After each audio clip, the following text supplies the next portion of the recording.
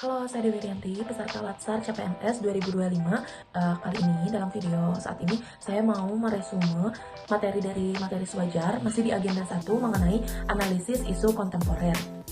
Di dalam modul analisis isu kontemporer ini akan dibagi menjadi 3 materi pokok. Yang pertama itu adalah mengenai konsepsi perubahan lingkungan strategis, yang kedua adalah isu-isu strategis kontemporer, dan yang ketiga adalah teknis analisis isu dengan menggunakan kemampuan berpikir kritis. Kemudian di dalam perubahan lingkungan strategi ini akan ada cabang materi yaitu mengenai konsep perubahan, lalu juga ada perubahan lingkungan strategis dan modal insani dalam menghadapi perubahan lingkungan strategis. Untuk memahami itu, konsep perubahan adalah sesuatu yang tidak bisa dihindari dan menjadi bagian dari perjalanan peradaban manusia.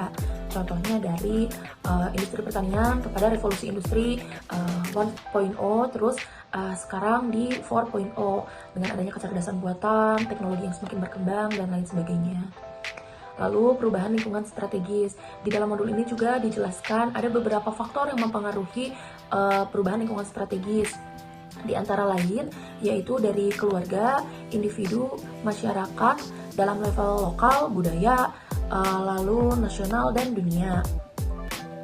Dan juga ada modal insani dalam menghadapi perubahan lingkungan strategis. Terdapat 6 modal, yaitu modal intelektual, modal ketabahan, modal kesehatan fisik dan jasmani, modal emosional, modal sosial, dan modal etika moral.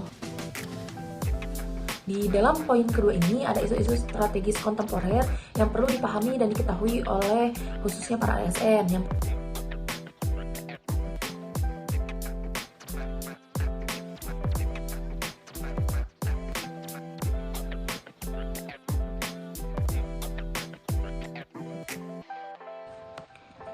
Kemudian di bagian terakhir ini ada teknik analisa isu. Kita juga perlu memahami isu kritikal itu dan mengetahui bagaimana cara analisis dari isu-isu tersebut. Secara umum terbagi ke dalam 3 kelompok berbeda berdasarkan tingkat urgensinya. Isu itu yang pertama ada isu saat ini, ada isu berkembang, dan ada isu potensial.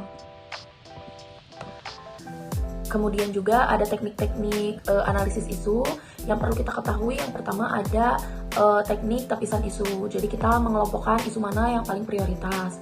Kemudian setelah itu ada teknik analisis isu, di mana di dalam modul ini diterangkan ada 3 analisis menggunakan mind map, terus menggunakan fishbone, dan yang terakhir adalah menggunakan SWOT atau SWOT yang biasa kita kenal. Sekian resume yang dapat saya sampaikan untuk tugas kali ini mengenai resume analisis isu kontemporer, dan sampai jumpa di tugas selanjutnya yaitu resume kesiapan bela negara. Terima kasih.